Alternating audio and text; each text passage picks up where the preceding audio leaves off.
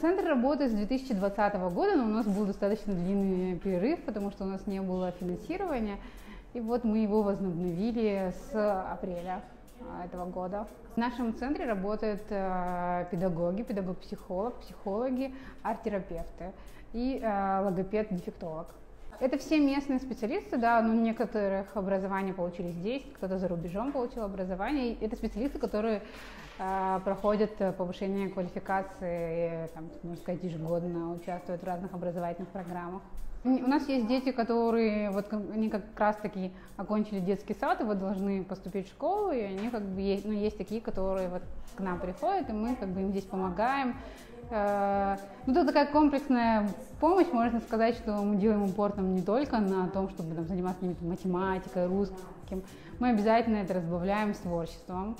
Сейчас лето, и к нам как бы не ходит так много детей, как обычно, когда не каникулы, потому что многие разъехались по деревням, там, поехали к бабушкам, дедушкам. А обычно вот после школы к нам приходят, это вот такое дополнительное для них образование, и больше оно в таком...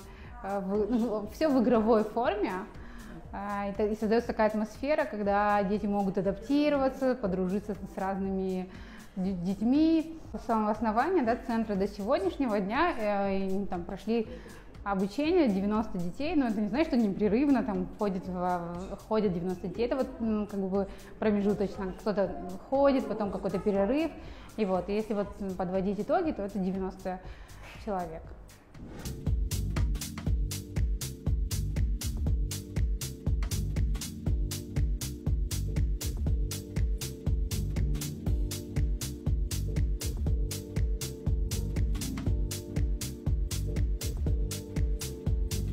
Мы пишем задачи по математике, русский язык, мы играем в игры, лепим даже города здесь делаем из коробок. Мы делаем здесь вот такого типа города, здесь строим сперва дома из коробок, рисуем на них, делаем крышу из картона и туда добавляем игрушечных животных.